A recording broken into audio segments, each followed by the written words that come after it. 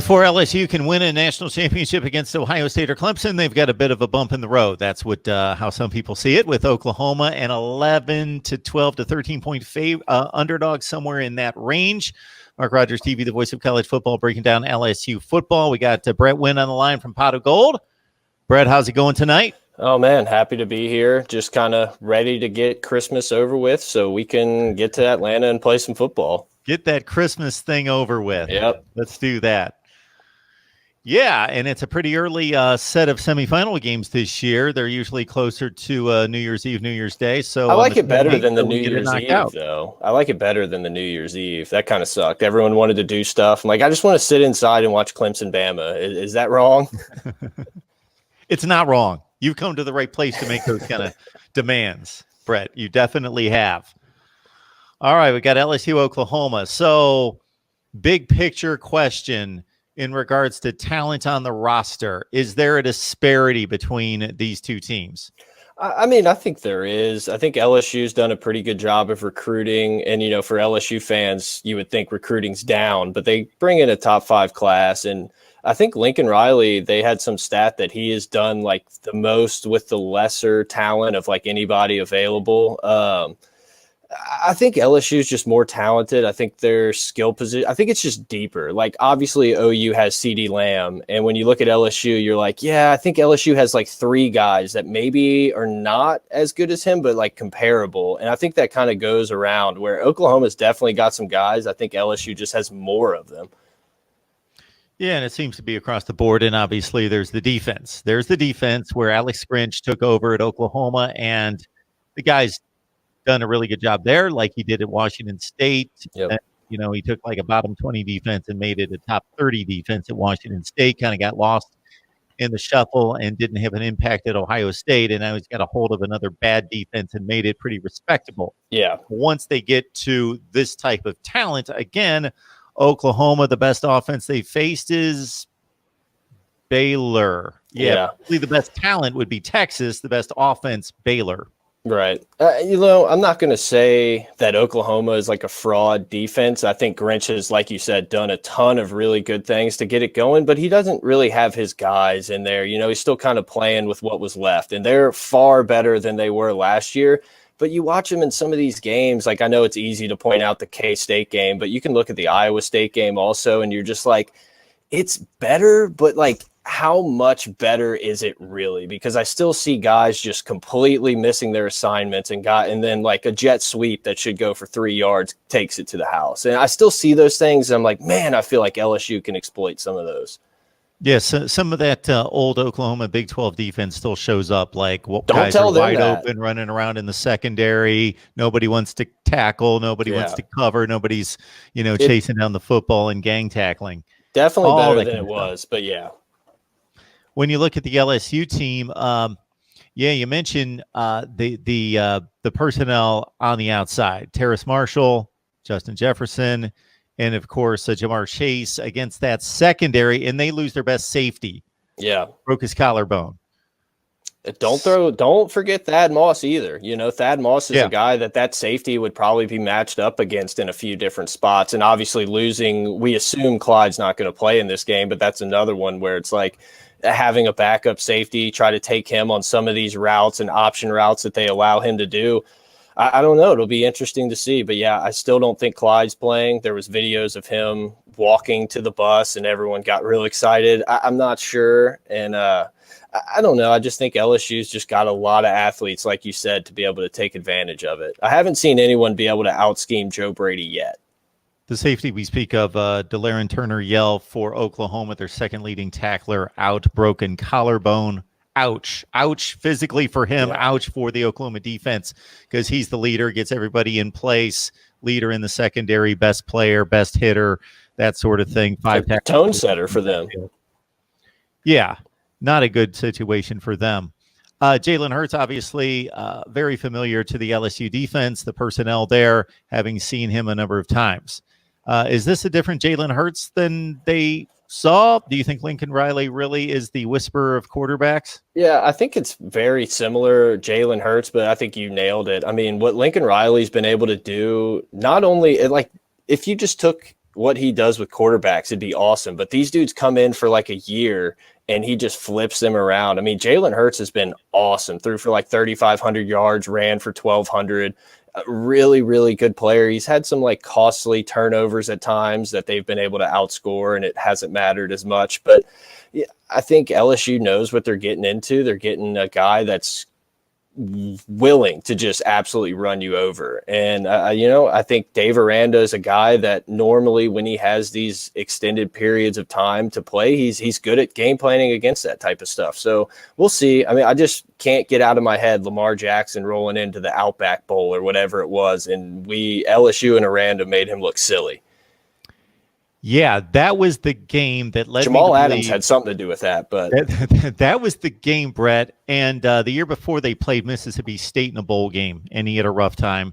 And he had a rough time against Kentucky, but it was specifically the LSU game that I thought, okay, been waiting to determine whether Lamar Jackson can play at the next level. Well, he was surrounded by an NFL defense, and he ran for like 1.5 yards per carry in that game. And I thought, well, he can't play in the NFL. That's so what I I was thought, wrong, yeah. but I was basing it on them playing LSU, the closest thing that he would face to an NFL defense. Yeah, not to go off track, but I just, man, what Lamar Jackson's done is incredible, because I just remember watching him and he would miss these like swing routes to the running back. You're like, this dude can't play in the NFL. I don't care how athletic he is. And now he's the MVP just a couple years later. So it's crazy. It is crazy how good he is, and he's become a pretty polished quarterback. He's got a better completion rate at the next level by far. Yeah. Got Brett Wynn on the line, Pot of Gold, covering LSU football. Had he and who do we have on with you? Mike. My partner in crime, help me Mike. out there. I got to get used to you guys, but you guys did a great job coming on and breaking down LSU football. I am so glad I found these guys to help us out with the Tigers. So LSU fans, I got to think the irrational ones, and maybe the rational ones, maybe LSU does win this game by 3 or 4 touchdowns. It wouldn't shock me. Are they a pretty confident bunch? Yeah, and I mean, there's not many people picking OU, and that's what kind of scares me. I mean, I'm pretty confident going into this game. I think LSU's just played a handful of better teams and better defenses, or similar offenses. And I'm pretty confident, but it just LSU's won like 1 million awards in the last week. Everyone patting them on their back, telling them how great they are, while Oklahoma's mostly sitting at home preparing, and all they want to do is win this game because no one's picked them. So I think it's going to be interesting. I think LSU's better, as long as Joe Burrow doesn't have that Heisman hangover, which he doesn't seem like the type of guy to have. I think LSU will be okay. I didn't mean, Brett, to brush by your Brady comment, because, man, what he's done obviously has been remarkable. You take the same personnel on offense and you transform it from what was the plotting style of Les Miles to what it is. Joe Burrow, to his credit last year, and I defended the guy a number of times last year because I just figured, man, this guy stepped on campus basically, mid-July and was thrown, how do you get to class and terminology and playbook and, his teammates in the locker room, and you got to run the show. And that's pretty difficult in the SEC right out of the gate without knowing what's going on. Just where am I located, first of all, and where do I pump my gas to? I got to run the offense to. Yeah. So I thought he did pretty well last year, but this is what he is used to doing is running this style offense. Yeah, definitely. I mean, look, it seems so far away now, but a lot of people, I mean, the Vegas line for LSU's win total a year ago was either 6 or 7. I mean, no one thought LSU would do this. And Joe Burrow had his moments. He played pretty well in the Georgia game. He had some big throws in that Auburn game that LSU really didn't have any business winning.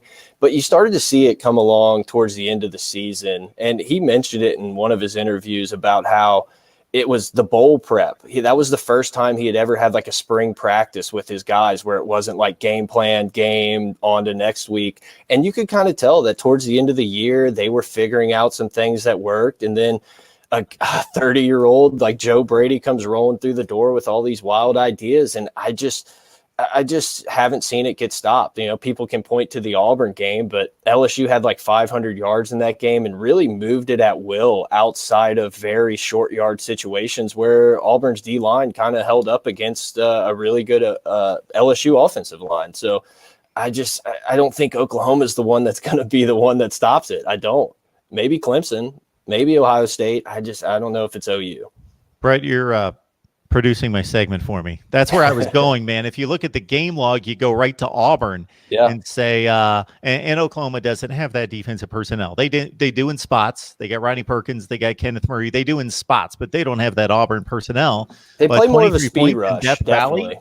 Yeah. They still got the 500 yards, but they made mistakes in the red zone. Auburn made good plays in the red zone, turned them over once in the red zone, and made them extend drives and didn't give up chunk plays, basically. Yeah, I mean, I think what mostly happened, LSU would pick up that 8 yards on first down, and we were like, okay, we can run it down their throat. And those dudes on the defensive line were just animals. I mean, a lot of respect for those guys at Auburn. I think they're by far the best front four you could ask for in college football. I thought Georgia honestly did okay against LSU up front in the run game. Clyde had one of his worst games rushing the ball. It didn't matter. Oklahoma's a little bit more of that speed rush type of team too. They got like a little bit more athletic, not as heavy type of guys. So we'll see. I mean, LSU's using 5 to block. It doesn't matter if you're bringing 8, bringing 3. We're not really keeping dudes in. Thad might chip a guy, but that's about it. So, Brett, what's the formula for Oklahoma to win besides the typical, 5-1, 4-0 turnover ratio? Is there anything else involved in there? I think if Jalen Hurts has a Heisman type game, and if you can get to Burrow and hit him, which even when teams get to him, they have a really hard time bringing him down. But I mean, I think it's just getting LSU off of their pace, because they like to get a first down and then go. So if you can maybe that first couple plays, hold them up, get them to do a 3 and out a couple times, get a turnover, like you said. I mean, there's going to be young running backs playing with a little experience, maybe get a strip on one of those guys. And I think the defense just has to play as good as Oklahoma's defense has played all year. I mean, I think OU just has to play a really, really complete game unless LSU's just awful. And this field goal kicker, he's a true freshman for Oklahoma, has not missed this year. So if he's on the field with the game on the line, of course, he's never felt pressure like that, but most likely he's going to be on the field to make it like 45-24. I could see it kind of similar to when Oklahoma played Alabama, where Alabama just jumped on him real quick and got up a ton. And then towards the end of the game, they made it close. It looked a little closer than it was, but I just think LSU is just so much more talented when you have 3 CD Lambs across the field, and just to be able to do what they got. I watch LSU play Alabama defense, and there's just wide open receivers and stuff. And I just don't think Oklahoma's the one that's going to be the one that stops that. No, those dudes at Alabama, that's not a vintage Alabama defense, but most of those guys will be playing on Sunday. Yeah, I was going to say, they still got some NFL players. You can say what you want, but they got a few first-round draft picks littered across that defense. Absolutely. Brett Wynn, Pot of Gold. I definitely encourage you to check it out. Pot of Gold, at Pot of Gold. There you go. Check out all the information right there. And Brett, get you a Joe Burrow jacket. Size everybody up here. There it is. Yeah, Senior night. Yeah, get you a Joe Burrow jacket. We have it linked in our Twitter and everything. But yeah, man, follow us on Twitter. That's where we do most of our stuff. We have a couple things we have that we've been planning that we'll do at the end of the season, towards the off season, that we're really excited about. So follow us there. We got some good stuff coming. Enjoy the game, Brett. We appreciate you stopping by. Anytime, sir.